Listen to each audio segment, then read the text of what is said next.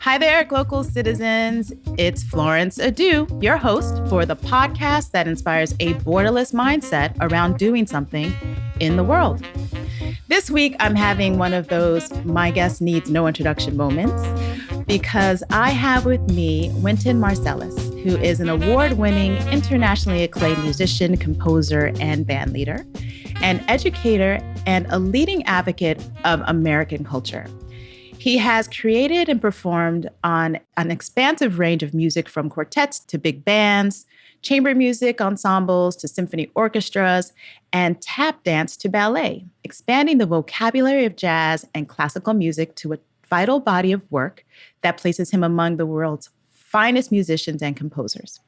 He is currently the managing and artistic director of Jazz at Lincoln Center, and he is a world-renowned trumpeter and composer. His latest album, which is the ever funky Lowdown, is a timely addition to the contemporary commentary on the state of humanity. And I'll just give you all a little background here. We're one day out from the 2020 elections. So I feel like this is a bit serendipitous that I have this opportunity to speak with such a great thinker on this at this time. So, Wynton, welcome to the podcast. Tell us more about you, where you're from, and where you're local.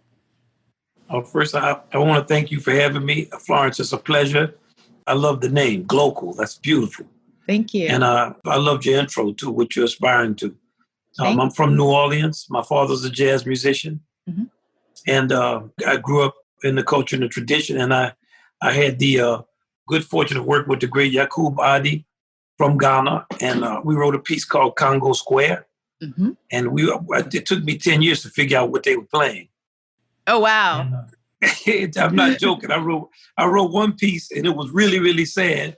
And then it took me another 10 years to just figure out with him kind of how to make our music work with the music they were playing. Very traditional music, African music in two times. Mm-hmm. God people's music with traditions. Mm-hmm.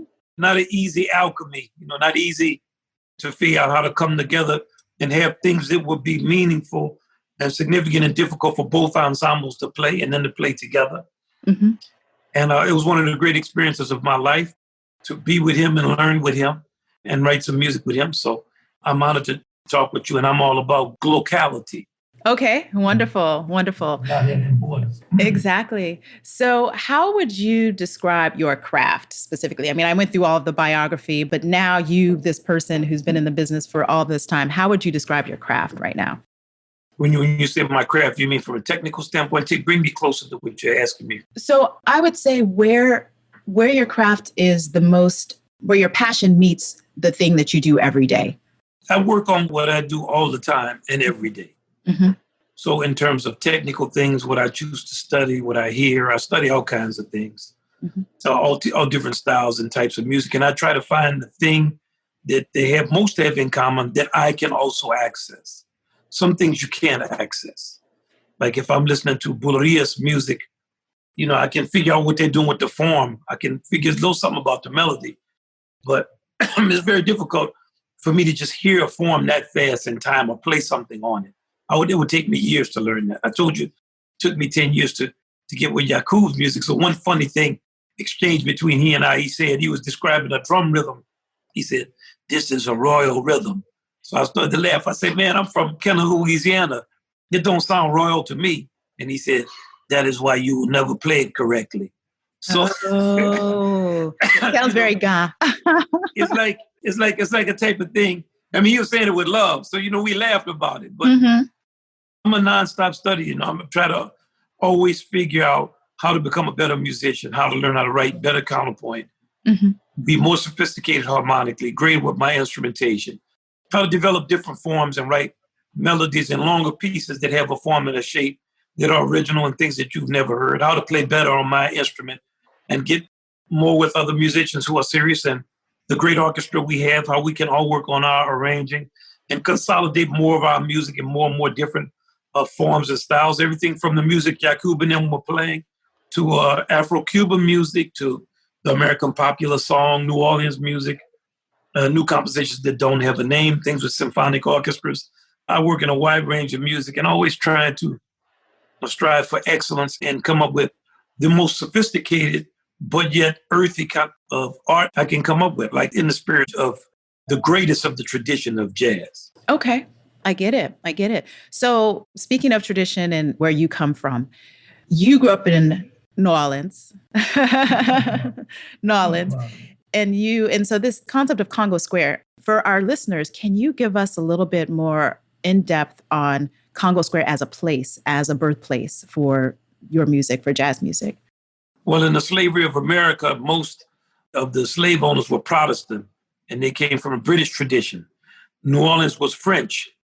So in the Protestant and in the British tradition, there was no playing of drums at all of African slaves from different places. Of course, now as people stayed in America, they became more Americanized than African. In New Orleans, because it was French, people had a middle class of Creoles, which was the French and their mistresses who were African and their kids. And then there was Congo Square, which slaves in New Orleans could sell things on a Sunday. They could petition for their own freedom and they could file a grievance against a master. They very seldom won, but they had the opportunity, whereas in the rest of America, they didn't. Mm-hmm. Every Sunday, starting in the 1700s, could be 1725, Africans would get together, they had a marketplace, and they would play their music and they would dance. It's traditional dances that as time passed, the dances became more Caribbean, but Afro-Caribbean. It still had a kind of deep African root, a lot like Afro-Cuban music and Haitian music. Mm-hmm. Then when New Orleans was sold, when Louisiana was sold to the Americans in 1804, the Louisiana Purchase, then the Americans started to try to figure out how to tear Congo Square down, how to keep Africans from playing drums. Ironically, Haitians had left because of their revolution. Rich Haitians, their only wealth was in slaves. New Orleans was French. The Haitians couldn't find anywhere to go because the thought was, man, these wild slaves from Haiti are going to come and infect our population with the desire to be free. New Orleanians, who were French, wanted a larger French population. White New Orleanians wanted more French because they didn't want Americans to come in. So they welcomed the Haitians. The Haitians came in and they gave it another shot in the arm with an Africanization in the style of Haiti. And then eventually, when you got around in the 1850s, the Americans did enough. They landscaped, they ran the military through there, they did everything they could. And eventually people stopped playing in Congo Square. But the spirit of Congo Square continued. And that's why you had so much drum music come out of New Orleans, why jazz was born in New Orleans, why all of the forms that come from the combination of drums and the rhythm section, jazz, swing, rock and roll, country, western, all these forms that use drums are indebted to Congo Square because it was the only place in America that Africans could play African-derived music on drums, and the music that exists in two times. More important than the drums is that doon, doon, doon, doon, doon, doon. Mm-hmm. Mm-hmm. That bembe rhythm to play in the two times gives you a kind of outer polarity experience that's not Western. Right. So that's very important that the New Orleans drummers could do that. Okay. So transporting you out of New Orleans for a minute, and I want to go back there because I have a little bit of history with New Orleans in the recent past.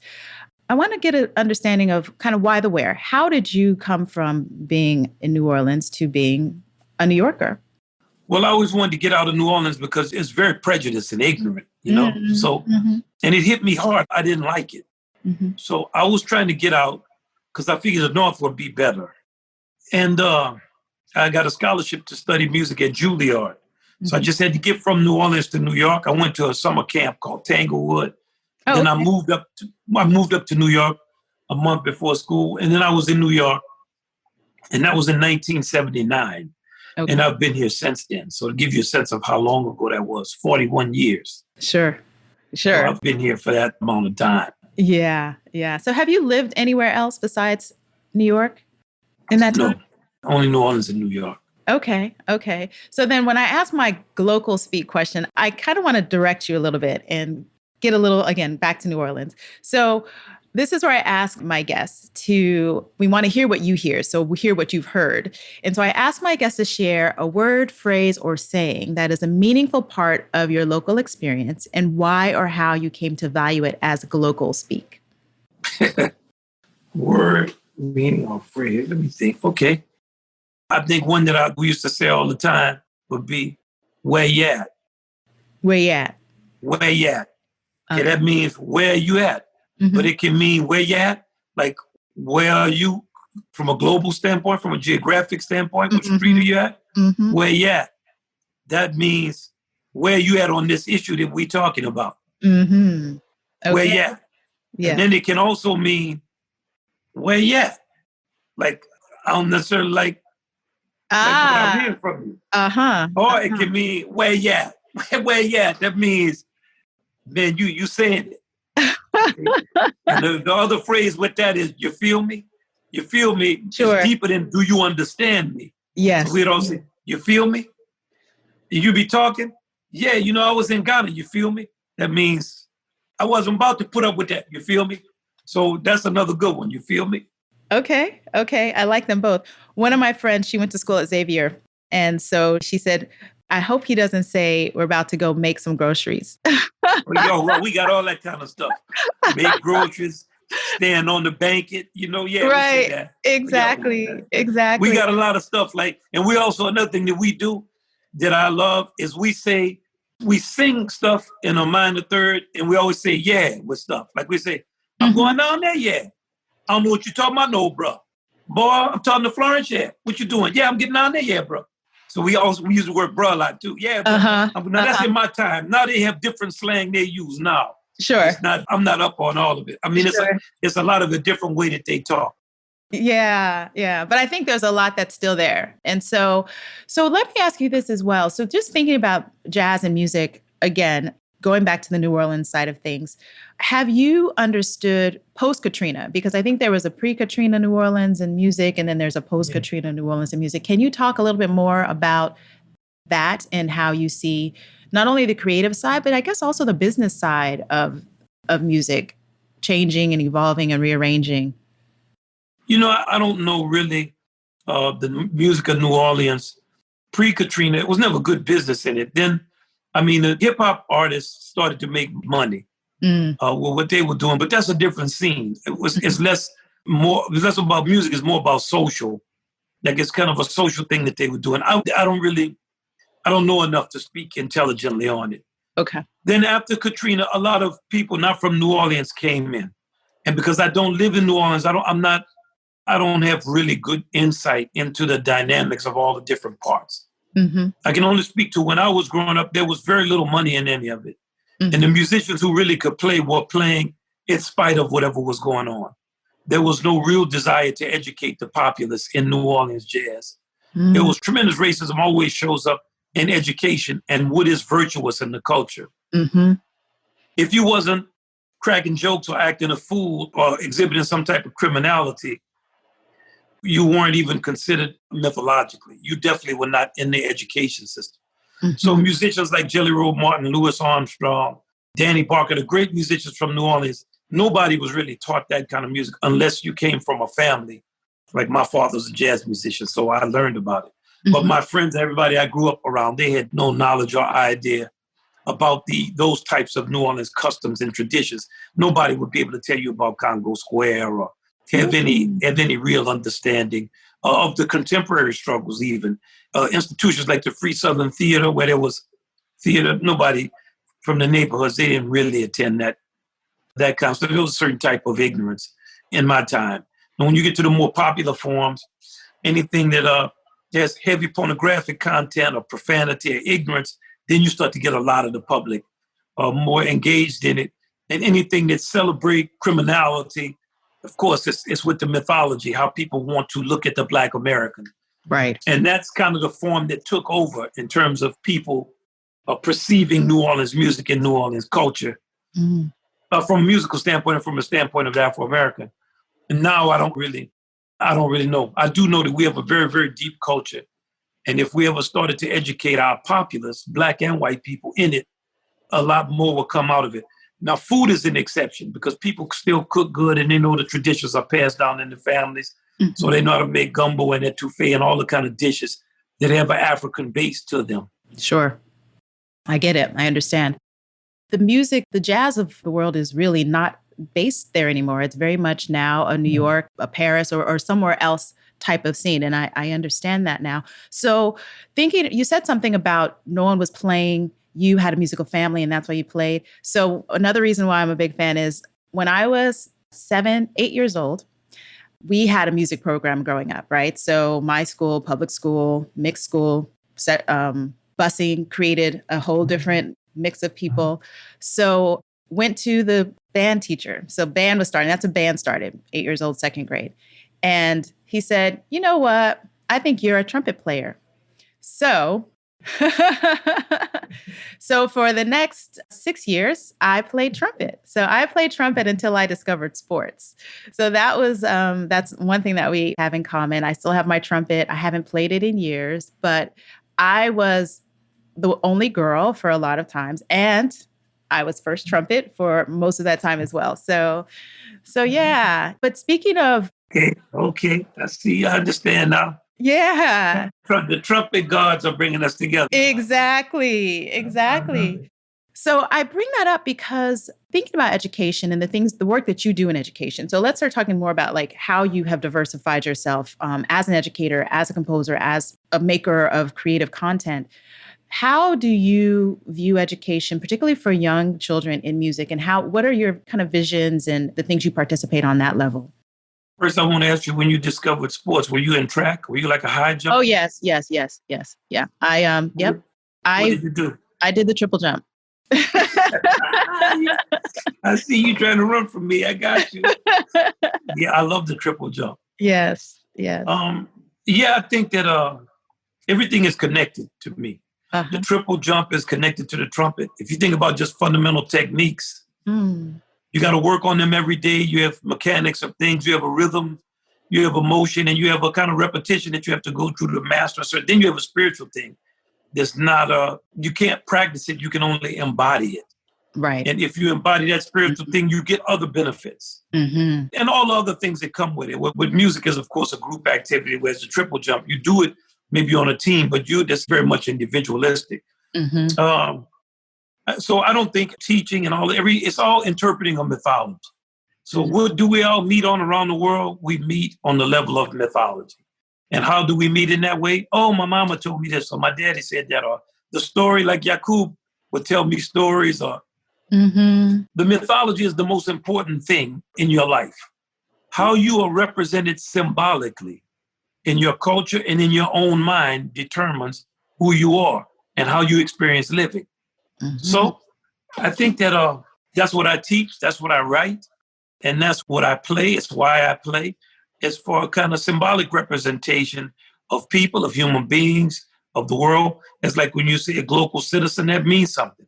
It's an in-depth human mythology that says we are all connected by one thing that makes us what we are. So let's find that common thread.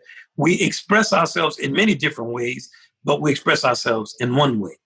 And for a lot of people, the only thing that's most difficult to understand is how to ride the wave of polarity. It's like every human being is male, female comes together, and then you have another human being. So that person that comes has been someone who rode the wave of polarity. Mm-hmm. And the things divide or they combine to create new things. And it's like that yin yang sign. You look at both sides of it, but the key to that sign is that little line that's in the middle. Yeah. And, that's what I teach. And that's what makes you successful in your playing and your jumping. You find the balance between things. And you ride the wave because there's tremendous energy and friction that comes from opposites. Mm-hmm. Electricity. Anytime you get a friction of opposites. So I'm condensing my philosophy and theory into one thing. And so it doesn't matter if I'm writing a piece of music, if I'm playing it, if I'm teaching, if I'm talking to you, I'm talking about the same thing. And you and I already, before we got on and we started talking, we touched on a lot of things. We didn't speak that much to each other, but things that we talked about were all very basic, fundamental things about being alive. Right. I love that, the idea of mythology. So that then kind of is a great segue into your current work, which is the ever funky Lowdown, which is deep.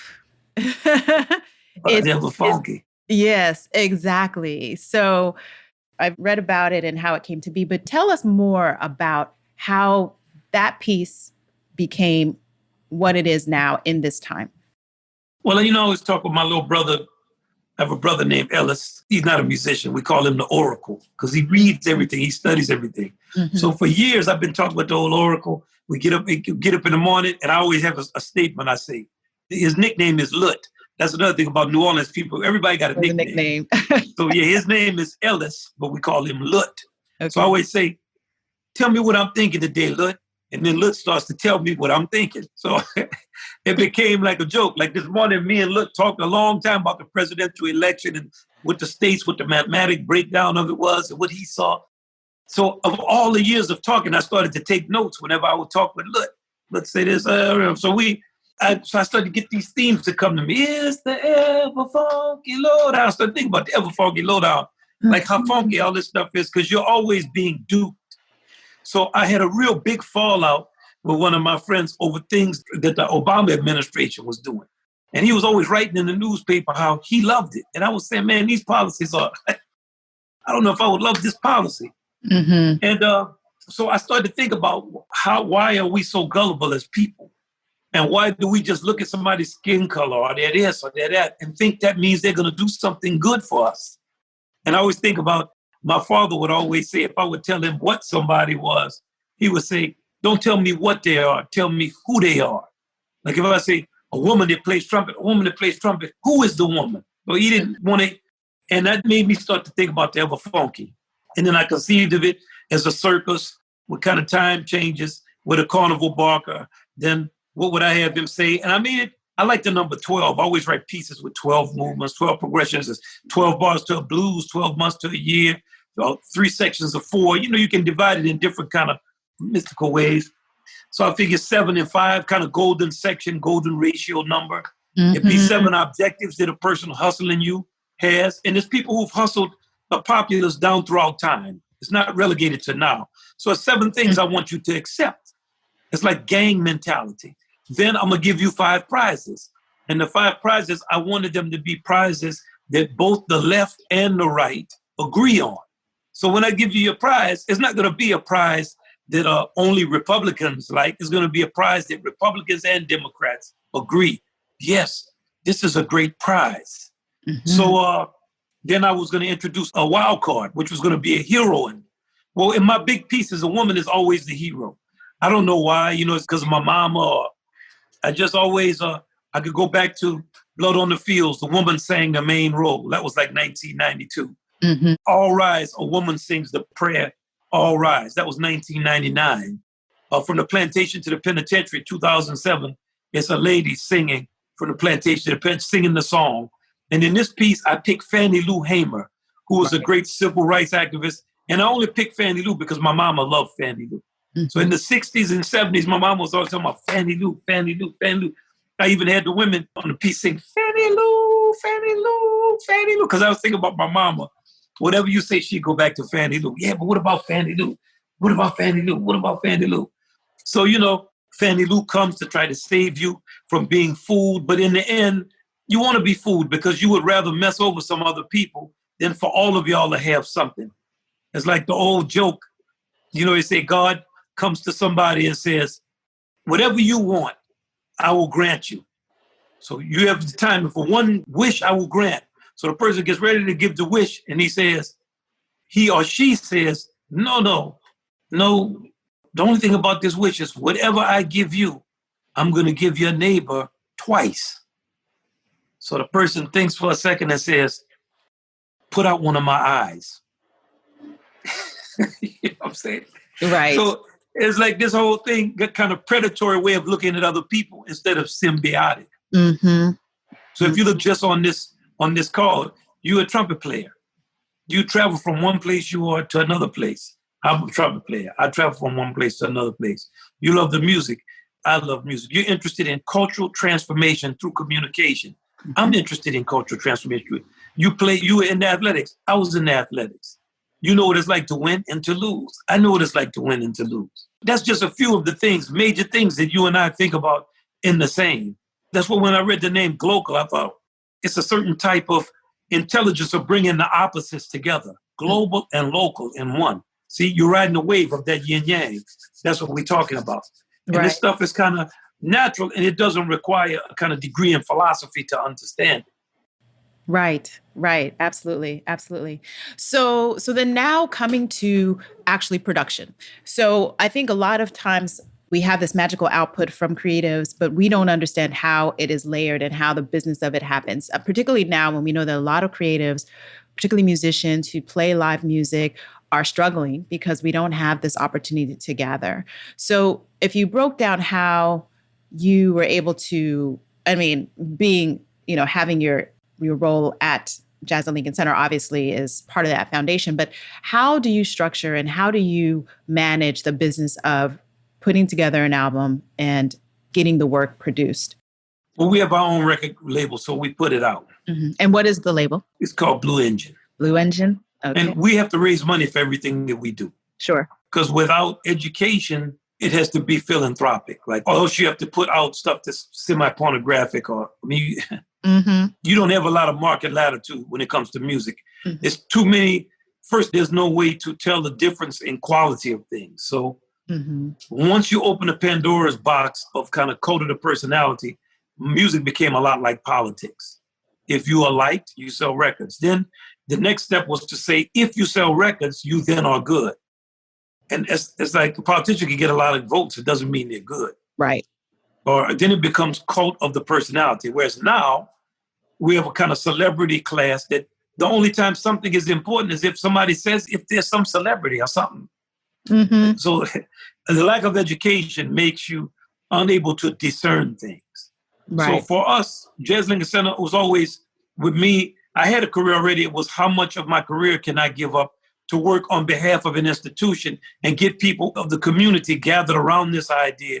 And we all raise money and work together and figure out how to transform our culture with a higher quality thing that it costs us all to give to the public or have people invested in it and increase the number of people around the world who are willing to invest in this vision. Mm-hmm. So that's what Jazz Lincoln Center has done since the beginning. We've been unbelievably successful, but we need to be much more successful. So, and we just laid out what we were going to do. We have 4 branches. We curate concerts. We probably have hired more jazz musicians than any entity ever throughout the history of music. So we program and curate those concerts. We have education. We have 12 education programs that touch on people of all ages and of all kinds. We have an archival branch, which is recordings and libraries and all things that document not just what we do, but we might have the largest playable library of scores, one of the largest in the world, I'm sure, maybe the, of recordings in the history of jazz, Duke Ellington's music, and other composers and arrangers that we've played it. So it's you don't have to go through an archive and figure out how to play it. And then ceremonial. We have festivals and we give awards and we do those types of things. So we started with those 4 basic areas. And we continue in those areas. And we have a 3-pronged mission statement, which is that we play, we entertain through performance, and we teach through education, through our education programs, and we advocate. That's our role as cultural citizens. And we try to advocate people to check the music out. Then we built our own hall. It's on 59th Street in Manhattan. It's called House of Swing. It has 3 concert space, a 1,200 seat space, 500 seats in a club. Dizzy's, there's 120 seats. And in terms of recording, I've made, 150, 200 records. I made a lot of recordings. With the ever funky Lowdown, our hall staff built booths and put everything up in a day. Our engineer, Todd Whitelock, we've been working since we were both young. So we have like a kind of relationship and love for one another. So we know we're going to work, kill ourselves, and that we're going to do the best job we can possibly do. It's not a matter of what we get paid. We're trying to do things that we think will stand the test of time. So we're acutely aware of the need for very high quality. And we come in 2 days, we did basically 9 hours of recording. The orchestra, all fantastic. We've been together for a long time. They can play the hardest music in the short amount of time. They're also arrangers and composers. The 3 singers, young ladies, all in their 20s. Now, we hadn't worked with them as much, so we really were proud of them. The one singer, Camille Thurman, played in our orchestra for a year, so she knew she's perfect pitch. She sang the middle part, the most difficult harmony part. But Ashley Pizzotti and Christy, they were great. Doug Womble played guitar. We have a kind of familiar thing. We know each other for years. So we come in and we make our records with a minimum fuss. It's the emphasis is on musicianship, not on post-production. Okay. And we come in and we play. And if you can't really play, you're not going to be in there with us. Sure. It's just we have a certain pride about what we do, and it's not mean, but an orchestra is rough. When we get people to come play with it, they're like, don't. I'll say, what you think about that? Sends them running. That we do. They're hard to deal with. Yeah. Now we have an audition process, so we audition people, but it's hard. We have a turnover every 16 or 17 years. So. Oh wow. Okay. So it's a proper career. In terms, we wish there were more orchestras of jazz around the world. That's one of our goals and our objectives. Yeah. But our business model in terms of our institution, we have like a $55 million a year budget. But this year, our budget has had to go down to $32 million, and it's probably going to go to 22 because of the pandemic and the inability to earn money. But we're always working. We're raising money. We're providing a public service. And everything we do is done with the utmost integrity. Like, we're a team of people that are dedicated on the staff also. Mm-hmm. Mm-hmm. Wow. I love it. So speaking of spreading your wings, when you think about what's next for you internationally, what are some things that you'd like to see, some things that you'd like to get involved in? How do you see yourself, particularly where Africa's concerned, because that's close to my heart. So tell us more about what you see in that space. I wish I could. I see so much potential and ability in Africa.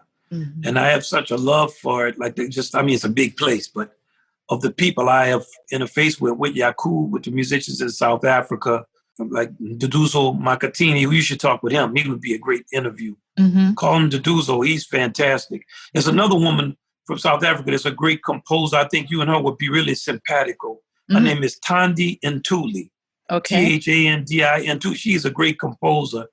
And she has a similar type of energy that you have in terms of the depth of her intelligence and her desire to make something happen. And also her acuity and her honesty. So I think Thandi, all much younger than me, of course, but I just wish I had been in my 20s. I wish I could have been here, with working with. Right. But I see tremendous growth. And I see it more for my students and younger people who are going to come up to create another type of world, because the continent is so full of so much youth and talent and vigor. Mm-hmm. And this art form is so full of information that there's cross-cultural, Pan-African. Sure. And it's full of such pride and dignity and memory. And it's so unknown by so many people. The Afro-American has no knowledge of the music virtually at all. Right. So, as you know, being in America, I think there could be a mutual discovery that could take place in the younger people. And it would actually cause, if there was a mutual discovery of this music, it would actually cause a renaissance and a revolution. So anything I could do to be a part of that with our education, with our scores, with our teaching, because we are not just one race. We're all of the races, Jazz and Lincoln 7. Right. But though we are all one race, we don't relegate African and Afro-American thinking to the lower level. We are extending the agency. We are extending it because jazz was formed and developed by people like Louis Armstrong and Duke Ellington, and they came from an Afro-American perspective, but they didn't perpetuate racism and separatism and all the things that are part of the American and the colonial experience. They were the opposite of that. So I see, like, even in me talking to you, I feel a tremendous sense of hope. And, when I was with Yakub and them, studying with them, just the kind of naturalness we have, of course, our cultures are different. But when it came down to playing music and learning and talking to one another, and when I deal with the younger musicians and I see them, there's tremendous potential and possibility. But I need to be put in space because it's too foreign to me. Any way I could get in space with my organization, because we're all dedicated in the same way. Sure. We want to be in space. We want to teach. We want to play. We want to learn.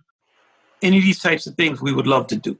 Okay. That's a call to action, listeners. So we have able professionals that really want to share and cast that wider net of the value and the values of the creative arts across the continent.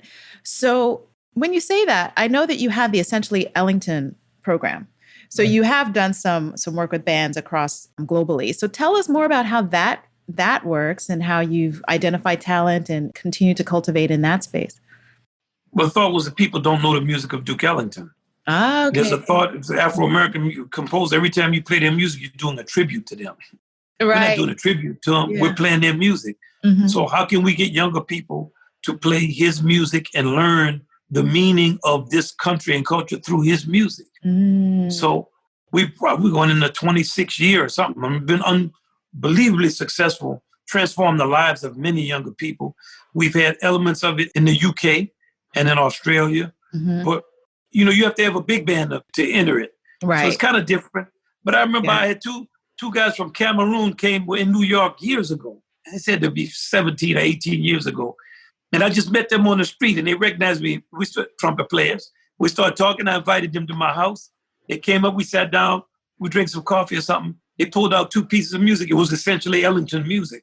I said, wow. How did y'all get this music? They said a guy we knew had copies of it. So your music travels. Yes. Yes. And, I would love to have anything like essentially Ellington, Bebop, any of our education, Swing University, even better, not for musicians. We have listening classes that would be even better. Mm-hmm. If I could just teach a listening class, I have an online listening class that I taught this summer that I would happily teach to people. And it shows you what jazz is, demystifies it, lets you hear and see. Right. And all this kind of stuff is important. Listeners at this point are more important than musicians. Absolutely. Absolutely. I listened to one of your blues, about the blues sessions on YouTube, and I was like, oh my gosh, that's so simple and it's so easy. So it brings a creative art to anyone because it's just a 20-minute class. And now I know how to write a blues song. And so it's just that simple. And you can create the noise and the chords on pretty much any surface. Like we feel this limitation of I need an instrument, particularly when you think about the continent, because there are different instruments and there obviously are not like horns and pianos all around the place. So the idea of, as you were, tapping out a beat, that can happen. Yeah. So I want to go to one of my other standard features of the podcast, which is my mindset hack. So this is when I ask, what is your favorite or an innovative mindset hack? So this is one that you can imagine or one that you know of. And a mindset hack is just a way of thinking that just hacks into a different level of being who you are. Okay, but tell me, what am I supposed to say? What I hear or what am I? So I'll give you an example. So one of my guests, their mindset hack recently was to shed the struggle mentality. So that's how they approach every day, is just let me shed that mentality. So others, it's meditation. Others, it's just some other rhythmic or often ritualistic thing. So, for mine is to perceive the oneness in all things. Ah, yes. Yes. That's what I'm always trying to do. Because there's a lot going on and it's all one thing. That is true. Now, do you think that because sound is so important to you that you can find that more easily? I don't know what easily means. Okay. Yeah. It depends on the things I have prejudices about or things I'm ignorant about or the weaknesses I have. It's a struggle for me to find it. So. Okay. So it's also the work.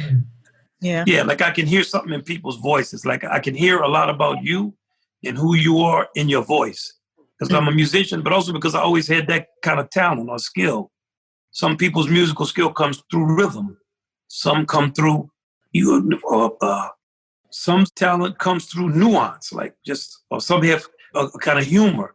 Yeah. With mine, it was always overall form. I could always hear overall form, and I could hear the intention in the sound.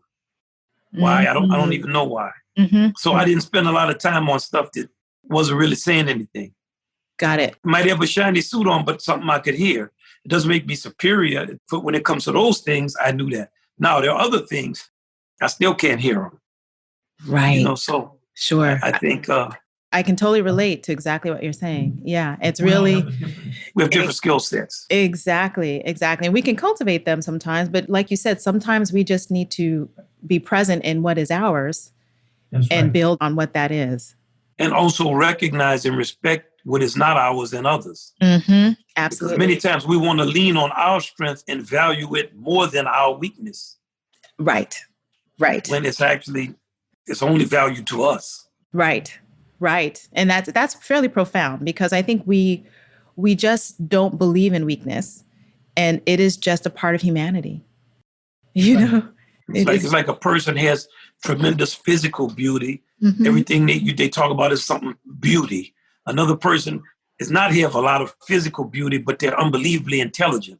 Everything mm-hmm. will be about intelligence. Mm-hmm. Another person is, but they have some kind of hair or dress or whatever. We always find something to give value to. Yeah. And if you perceive the oneness in all things, it has value.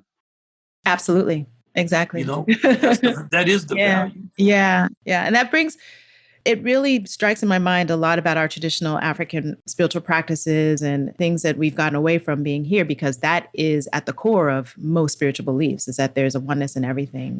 We wouldn't take for granted the climate or the earth if we believed and were trained our minds in that way. So this is where education is the foundation of it all, That's right.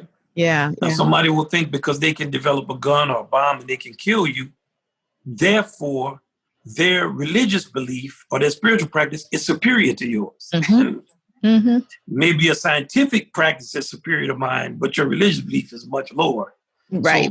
So, it's not to respect the space of others and what they know and to value it and try to understand it.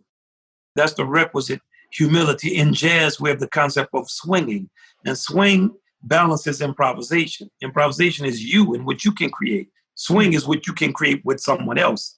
And it implies a deference and a humility. Mm-hmm. Absolutely. I like that. So, Wynton, we're getting to the close of our conversation. This has been so fun. I really enjoy. And, in preparing for this, I listened to so many of your different programs. So you have a program called Wednesdays with Wynton. So that was and then you have the Monday night program, which is Gaines Domain. Right. Exactly. So anyone, if you want to get much more into mythology and jazz and a lot of different concepts about humanity, please do listen. Those will be in the show notes as well, folks. So before we move, I always like to ask a question that kind of gets into a little bit more of the depth of the everyday person that you are. So you, of course, said you're a reader. You read all kinds of things. So tell us about what you're reading these days. Well, I was reading a book called American Founders by a woman named Christina Proenza Coles. Okay. Mm-hmm. And you got to want to read. I mean, it's full of factual kind of information. Mm-hmm. So that's like the thing that I was reading. Another book, Barracoon. Barracoon, Zora Neale Hurston. Mm-hmm. Mm-hmm. It's a very interesting book about the last slave brought to America. Mm-hmm. Yep. Zora Neale, is interesting writer to know about. Yes, absolutely. Those are two great American founders. Is that a more contemporary art author? Yeah, it's a contemporary author. And the book is well researched. So it's not like, it's not fiction. It's not. Sure. It's something you got to want to read. It's just full of good information. Yeah. Especially now, because we're sitting in a time where I think we are at the cusp of total cultural transformation, if we can manage it. If we can manage it, we are at the cusp of it. And I'm with you. We are. It's coming. Yes. And it will go really well or will not go really well. And part of that being able to go really well is being armed with information. And so particularly about the history of this country, the history of the world, the history of how things are. And so this is where the lines of borders and that whole idea of global citizenship, I really want my listeners to get a sense of that the world is your oyster, ultimately. That's right. So, and remember that history in action is mythology. Exactly. Mythology is the symbolic language of history, and art is the representative of mythology.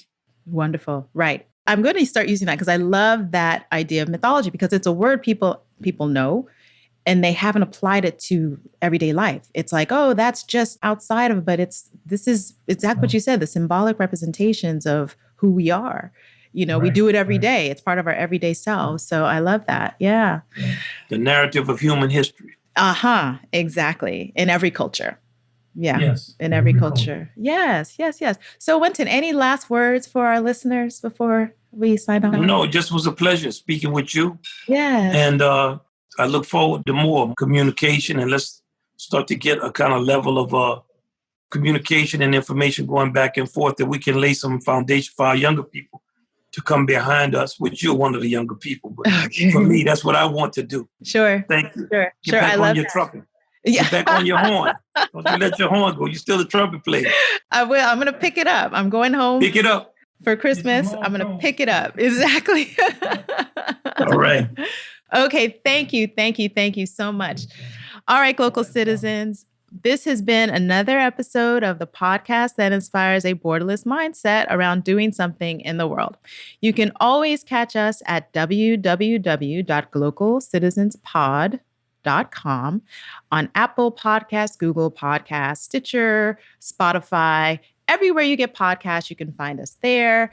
And this episode, I hope that you can also find it on multiple platforms that are not just mine, so that you can actually get abreast of everything that is part of the Wynton Marsalis universe, because he has a great, great online presence. As he mentioned, he has so many educational tools and informational tools that are out there for folks. And so until next time, bye for now.